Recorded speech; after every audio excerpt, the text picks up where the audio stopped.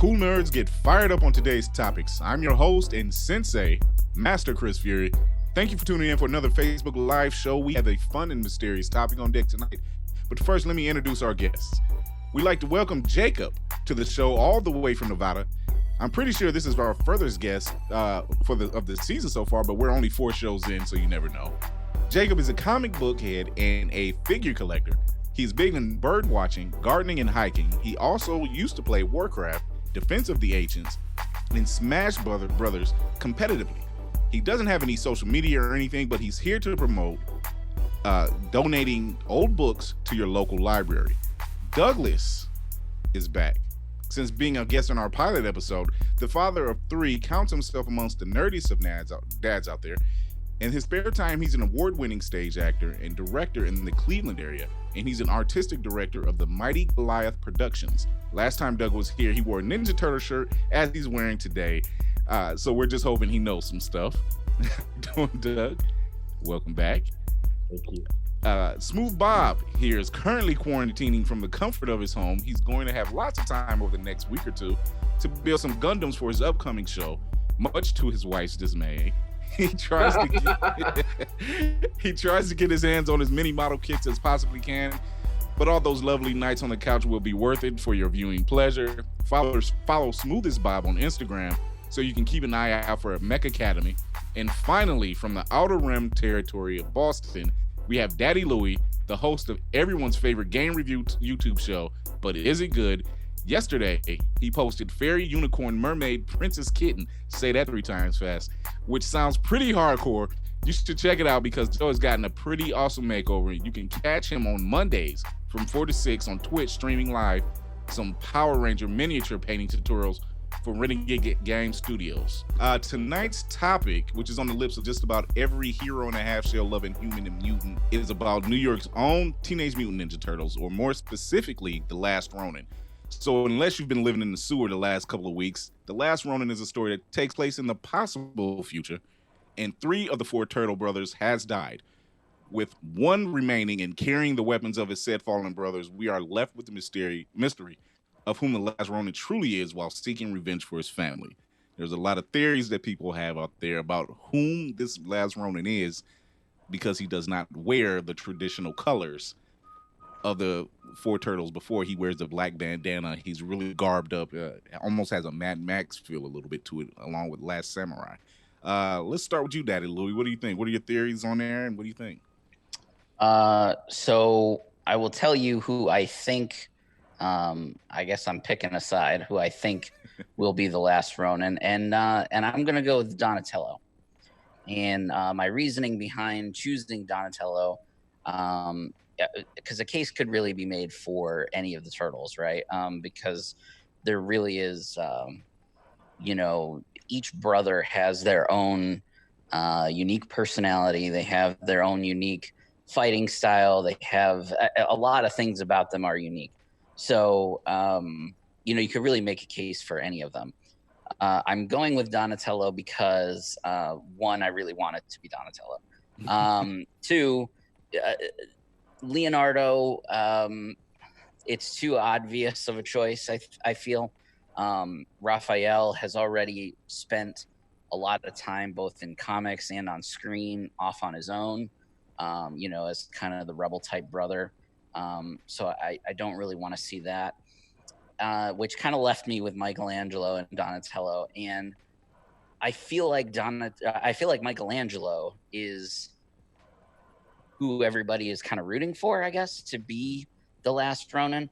And I think that he just I don't know. Nobody's picking my boy Donnie, so that's really why Michelangelo seems like an obvious choice because I just don't think they'd pick Leonardo, and I don't think they'd pick Raphael. And Donnie's kind of always the one that's forgotten about, because you got your party dude, you got your rebel, you got your leader, but not a lot of people think about the brains of the operation. So I'm going with the brains. I'm going with Donatello. Okay, Jacob. Yeah, so I think I'm on your side here. I really think that they're going to go with Donatello. I think that it depends on if they're going to use their original storyline I've been reading that this is kind of like something that had gotten lost to the ages, right? So if they're going to go exactly original, I actually do think it's going to be Mikey.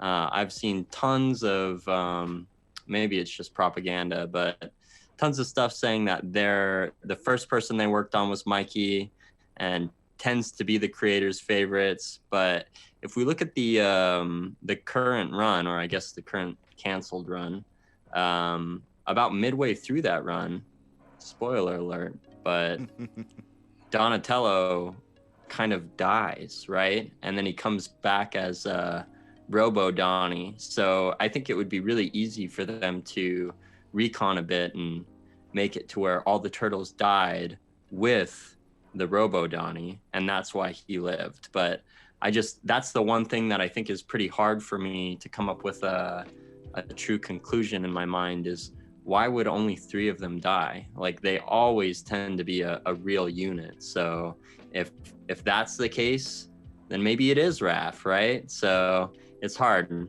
because he's the lone wolf. So why is that one turtle outside of the group? I think that's the real question. All right, Doug? Yeah, I gotta admit, my own personal bias, I fancy myself a little bit of a Raphael these days. Cool but rude, as the theme song pointed out in the cartoon. But to that point, the fact that 3 of them are gone and 1 is left, that honestly makes me think it's got to be Raph, because there's some gut-wrenching reason. He was out doing his own thing, and he comes home to everything that he loved wiped off the face of the planet. That kind of regret kind of trope storyline I think would be interesting. I think Mikey would be super interesting because he'd have the dark turn, because we're so used to seeing fun-loving Mikey. I do agree with both of you. I don't think there's a shot in hell that it's going to be Leonardo. I just think that he's the leader. He's the red-blooded American guy, and they don't want, that's not an interesting story. Donnie would be a really interesting twist, though. I agree. I think that'd be a lot of fun. Smooth Bob. After hearing everybody's predictions, I going into it, I thought it was Raph because he's always been the dude that's been gunning for being by himself. But I mean, with his brothers gone, you'd think it'd be him. But I think, my honest opinion, I think it's Mikey, because he's the one guy who was always the Joker, and then when serious stuff went down, he would step up and help. So I think it'd be him to take up the mantle as the last Ronin, and living up to the expectation of not just being the goofy one, but also the one that would step up and honor the memory of his 3 brothers. I would think so.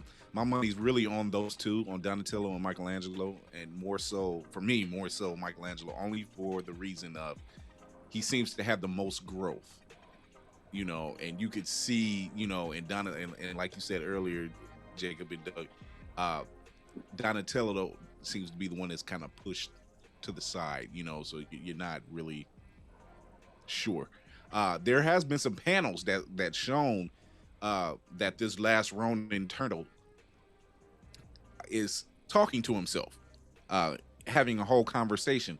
So is leaving the question, is the spirits of his brothers with him? This is another nice little twist. How did they die?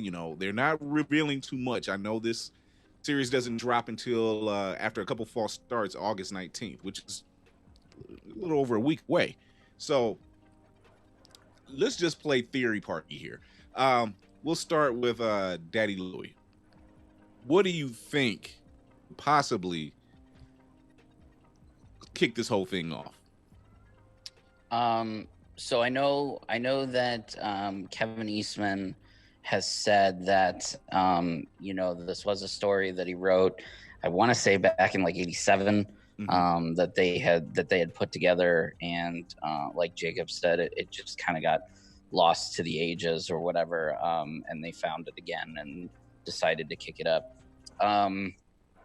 As far as a theory as to maybe why it's happening, it's got to have something to do with Shredder, right? I mean, there's got to be some kind of, I mean, maybe it doesn't have to be the newest comic series, the whole 100 plus issues of City Fall. There were way more bad guys that were, you know, after the Turtles throughout the run, other than just Shredder. So it could be just about anybody. But if they wanted it to be, you know, some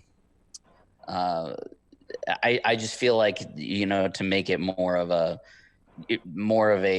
gut wrench to the fans, you know, Shredder finally getting his hands on, you know, the brothers, you know, maybe even Splinter, right? So in the description of the comic, they don't actually talk about Splinter at all. They only talk about, you know, 3 brothers are dead and 1 is remaining. What happened to Splinter, right? Is he dead? Is he still around? You know, is he going to be, you know, is he going to be in the background still giving guidance to that last brother? It's going to be fun. It's going to be really, really interesting. And I don't think that they're going to reveal which brother it is until second to last or last issue of the comic series. And there's a chance they may not reveal it at all, and they may leave it the way that they could write the whole thing, wearing the black mask and having a new personality, because, you know, their attitude has changed from what you would typically expect from whoever it is. Maybe they'll leave it up to the fans to interpret in the end, like, which one did we feel it was based on what we saw in the comic, because they don't have to even tell us who it is, you know. That's some food for thought, I guess. What do you think, Doug? I think it'd be really cool if they don't tell us who it is. But just more, I think, in the general story, that 5-page preview that they kind of dropped, I thought was really interesting. That actually made me think even more that it was Raph, because it felt very familiar. But it's possible that, you know, any of them could have had some kind of, well, obviously there'd be a massive transformation if you're going from, you know, 1 of 4 to 1. But the really cool thing I thought was the kind of banter back and forth between the Last Ronin and whatever, you know, we don't know. But I think there's a specific line where, you know, he says something to the extent of, like, if you don't like it, don't come with me. And the response is, we are always with you. Right. So that makes me think it's probably the spirits of the brothers, or there's some tie in there that I think would be really cool and pretty powerful. I mean, especially the thing that I love about Eastman and Laird's work in general is just kind of how dark it was. And so to be tackling something that's so familiar to so many people, like grief, in that way, and, you know, he's literally carrying them with him, I think that would be really interesting. Bob?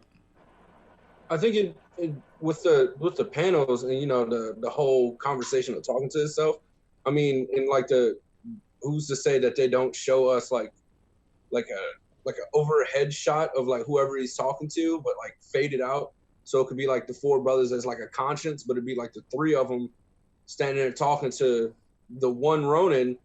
And then, you know, after thinking about it for a minute, I think it would be a crazy way to show that, you know, Shredder finally got his, you know, his final revenge, because they've been plaguing dude since like the beginning, you know, trying to stop the Foot and everything. So, you know, they foil his plans, and he's like, you know what, I'm taking everybody out. And one, like, somebody got away, and he's just like, all right, I'm about to take the last one out. But, you know, he's got like all his brothers with him, like in that spiritual sense. So he's like doing the best he can to like stave off, you know, I don't want to say psychotic break, but, you know, you know, your family members get killed, you kind of, you lose, you're a few marbles short of a full bag, I guess. Yeah. In that sense. So he's just like dealing with, you know, the loss of family, and who knows where Shredder is, or not Shredder, but Splinter. Right. Splinter could already be gone. Like, if they go the route of the movies and he like passes away, you know, like the old movies from the 90s, and he passes away, you go the fact that they're by themselves now, and then three of them die. You're kind of like, oh shit. So that's Jacob, what you think? Yeah, I think that, I mean, so first off, I'll say, I actually do think that they're gonna say who the Last Ronin is. I think they're gonna announce it like fairly early too. If we look at the preview, there's that kind of like time and place bubble that says now. So my guess is that there's going to be a then or something like that, right? So I even wonder, are they going to show all three turtles dying in the first issue? Ooh. Right. So, but go ahead. Yeah, got punched. and then other than that, I wonder, like, again, are they going to go the IDW route? Are they going to keep that story that they've been hanging on to, or is this truly going to be something from 87 and they're not really going to consider? Because in that case, like, a lot of people died in the IDW run. Splinter, he kind of had an unfortunate fate, you know, so I wonder if they're going to build on that, or if this is going to be an original Turtles run that, you know, in that case, there's a million questions that need to be answered. So the theory or the question for you guys is this: would you prefer it to be an open-ended story, because it's a 5-part story? So would you prefer it to be an open-ended story and to not reveal, i.e., or would you, or not to say i.e., but would you prefer they leave it as an open-ended story, or would you prefer they reveal it near the end, sort of like they did with Wolverine? For years, no one knew who he was, his real name or anything, until they start telling his backstory. You realize his name is James Howlett, it's not really Logan, that type of thing. So would you prefer them to leave the story open-ended, or would you prefer them to reveal who the turtle is somewhere in that 5-story arc? So I guess it depends on if they plan on doing more, or if they are going to just let this be, you know, a 5-book series and not revisit it. So the fact that it was written, you know, so long ago, if they are going to keep, you know, the original story that they wrote back in 87, then my heart tells me that they probably will reveal who it is, and it will probably just be a one-time thing and done. But the hype is real, right? So a lot of people in the turtle community and in the nerd community are really talking about this Last Ronin comic book. Like, it's not just and as well, the latest IDW run that they did was so successful. Like, it got so many people back into Turtles, it got so many people back into comics, and now they're dropping this. It just seems like they could, if they wanted to, they really could milk it, you know, and keep us on the edge of our seats. That's what I would like to see. I would like to see them not tell us who it is, leave it open for a possible return to look at this later on in the future, you know, with another 5-part, you know, series or something like that, and let the audience, you know, try and basically put who they think that turtle could be in that spot based on how they feel with the writing and stuff like that. I think personally, I think that would be really cool. All right, Jacob? Yeah, I mean, I agree with that, although I read enough comics to know that if we can't guarantee that they're gonna keep writing on it, like pretty soon, I would hate to get 5 years from now some C team and their idea of what should have happened. You know what I mean? I would love to see it either get totally ended out, or have the exact same creative team continue until it gets completed, right? Because again, just like you said, Daddy, it's been how long since they first created this idea? Right. It would suck for someone else to end it, in my opinion. You're right. Smooth Bob? I think they won't, like, the way, I think they keep it like a choose your own adventure, and they don't tell us who it is, or they just go like balls out to the very end, and then like the final panel of like the last one, they showed like the turtle taking the hood off, and just like, surprise, it's so and so, but you don't, like, just completely throws everybody off. Or they just, you know, don't tell anybody and just keep it like a mystery, so everyone has their own conclusions of like who it is, their reasoning for, you know, going at it alone, besides, you know, the obvious, you know, family members dying. I think it'd be cool to see it that way, to end it that way, without showing anybody really. Doug? Yeah, I'm torn because I do think, based on the panels that they've revealed, that they're going to tell us fairly early. I'm with Jacob on that. I think especially when you have that first panel with that now bubble, like we have to see a flashback. We have to see something, right? Otherwise, I don't know why they would specify like, hey, this is right now. And then, I mean, I guess personally, I would feel. I think it's a really neat concept to leave it up to the reader. But at the same time, I don't know. I want to know. I want to have all the answers. I'm that kind of person. So I guess for me, like, even if we don't find out until the penultimate or the last book, like, tell me, let me feel that, let me see the descent into madness and the pain, and like, let me have it all, especially with this being Eastman and Laird's like first collaboration again since like '99 or whenever they had their big famous breakup. Like, give it to us, man. Like, let us just enjoy it for everything that we loved it to be before. Well, so see, as we all seen and read those 5 panels, we've all agreed that there's got to be a then to all of this. So what if maybe it wasn't Splitter, maybe it was something else, maybe it was that lone turtle who was the cause of his brother's death, and perhaps it was his guilt that's riding on him, hence having these conversations with himself. What do you think? I think it's got to be the foot. Like in the panels, you see like there's one panel that shows a pile of ninjas laying. So I think that would be awesome. I would love to see a deceased style go crazy and murder everyone Ninja Turtles run, but I feel really confident that it's gonna be maybe some combination, but I think that it'll probably be pretty straightforward in terms of who the villain actually is. Smooth Bob.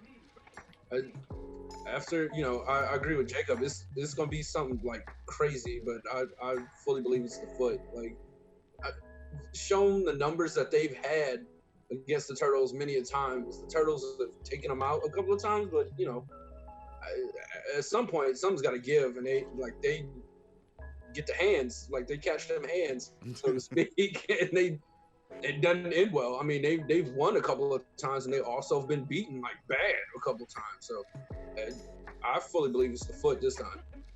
Sort of like the what was it? What storyline was it for Marvel Comics, where all the villains decided to team up and finally get the upper hand on every superhero team? Yeah, just one of those things. Ball on them. Yeah. What do you think, Daddy Louie? Yeah, I mean, I think that it's definitely going to be Shredder. But I like your theory that you just said. I hadn't even thought about that. What if that turtle was, and maybe there could be a hybrid. Maybe it could be, Shredder lures out that turtle somehow, whoever it may be, Raph style, if you will, and then leaves the other turtles vulnerable. And they can't, unless they're all together, they can't handle the foot. And then that turtle comes back, realizes that Shredder tricked him or whatever, and he feels the guilt because he wasn't there.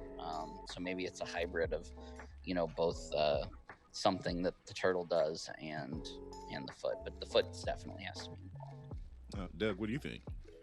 Yeah, I agree. I think a thing can be two things. And I mean, for me, I think that would be kind of the perfect poetic catalyst, right? So you get someone, I think, my personal bias, Raph, right, gets manipulated into, being too aggressive in a moment like he typically does.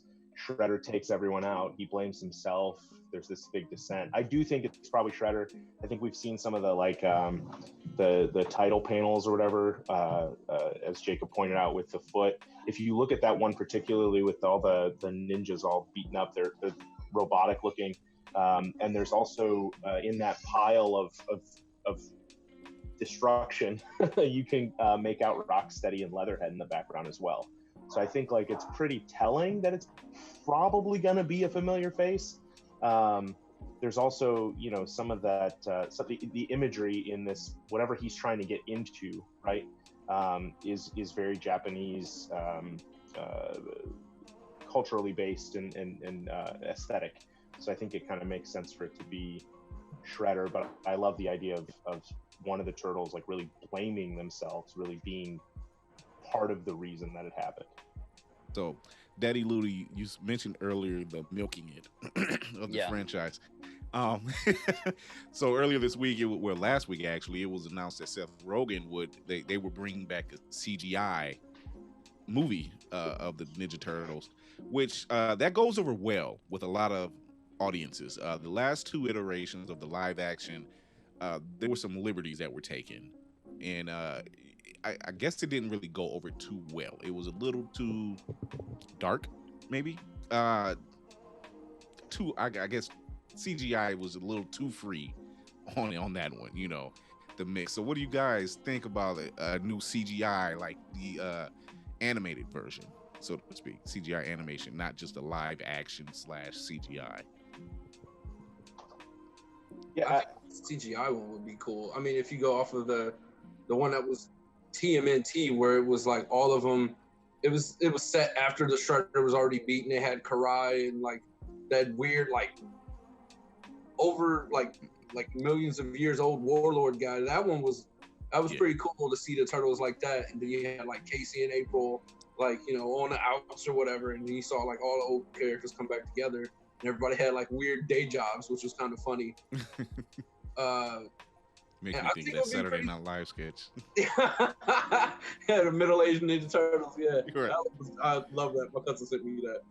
I think it would be pretty cool to see another CGI turtle movie like that, to see them back like that instead of the live action ones. I mean, the only live action ones I actually thoroughly enjoyed was probably like the very first one they did with Michael Bay, and then the old school ones where they had the actors in the suits, because those movies were like my childhood, and I loved every minute of them because they all had like these funny one-liners, and like, you know, the action was great, and you were just like, oh my god, the turtles are real, look at these guys running around in these suits. And till this day I still want one of those suits just to like have. And ninja rap. Yes, definitely. What do you think, Jacob? Yeah, I mean, so my first introduction to the Turtles was the 90s, or I guess the 80s TV show that ran through the 90s, and I think that they do incredibly well on an animated stage. It works really well for the type of violence that they have, the very explosive, very deadly, but against kind of non-necessarily dying opponents, right? So the only thing is CGI can suck, right? So I think it really depends on the animation. I have a 2-year-old daughter, and I feel like some animation, specifically CGI, is aimed at her age range. That's what I don't want to see. The big, blocky, bubbly, huge-eyed characters. Thundercats roar. Doug, what do you think? So I'm pretty staunchly against CGI, but only because I feel like Michael Bay took my childhood in 2 franchises and absolutely destroyed it with the Turtles movie and the Transformers series. Like, it was just my heart being stomped on by a greedy, awful filmmaker. But I digress. I love the practical appliances of the original 90s movies, and I just think, I know we've lost Jim Henson since then, but there are still some incredible artists and still involved with Jim Henson Studios. I think there'd be a great opportunity to show off really how far practical applications have come, and you could recreate the magic of having the Turtles in a real life setting. That, I mean, even to this day, as much as those costumes were falling apart the entire production of those 2 movies, and the third one, but we won't talk about that one. Yeah. As much as those costumes were falling apart, like, they look great, you know, and maybe it's my 3-year-old eyes watching it for the first time every time I watch it, but I do agree that they do well in an animated setting. I watched that. I grew up on that cartoon as well. And the newish one, it's not newest, newish, on Nickelodeon. My son, he's 3 years old, and he is all about it. And honestly, I enjoy watching it with him. I think it's entertaining. It's got that very upbeat, Ninja Turtles that I was used to. But yeah, I don't want to see CGI anymore. We've tried it. Like, let's get back to creating, real tangible things. Well, guys, it's that time. Hate to cut this short, but that's the end of the show. I want to thank our guests for coming in on Nerds on Ice and talking about their theories about who the Last Ronin is. Any last parting words? We'll start with Doug. My only thing is, and it's only because I prepared it, so I was really thinking about it. If I were to have a Renaissance Ninja Turtles name, I would actually go away from the painters, and I'd be Marlowe, a Renaissance playwright, because of my whole acting background and everything. So I'd be Marlowe, the Ninja Turtle. How about you, dude? All right, Smooth Bob. I think I'd go with Shakespeare just because that would be like dope, and it'd be an homage to Donnie, wear like a purple mask, but did have like some weird like weapon that was kind of like graffiti, I guess, like a bow staff with like some paint on it or something. And you write like some slapstick on somebody after you like beat them, and then just walk off. That'd be great. Zorro style, okay. Yeah. Daddy Louie. I just want to close with I love all things Turtles. So even Michael Bay's movies, I love them. But I know that I am in the minority when it comes to that. So, but stay tuned to the Cosmic Disaster Show, which we're about to record right after this, because I'm going to defend the crap out of those movies. So. And they do have a nice little impromptu beat making session in the so elevator. Good. So that was actually What do you think? What do you got, Jacob? So my name would be Pontormo. I Googled Renaissance painters, and that was the only one I could pronounce that wasn't already taken by the other three turtles. They really chose the only ones that are pronounceable. Okay. Well, again, this is Nerds on Ice. Coming up is the Cosmic Disaster Show. You can find Nerds on Ice under Circle of Nerds. And until next time, remember to educate yourself and others, entertain yourself and others, and most of all, empower yourself and others. Tune in next week as we discuss the latest hot topic, and then Master Chris out. To hear all of our podcasts, look for Circle of Nerds on iTunes, iHeart, Pandora, Spotify, or wherever you get podcasts. And if you want to see these weirdos in their natural habitat, just look for Circle of Nerds on YouTube and Patreon. Make sure to subscribe so you never miss an episode.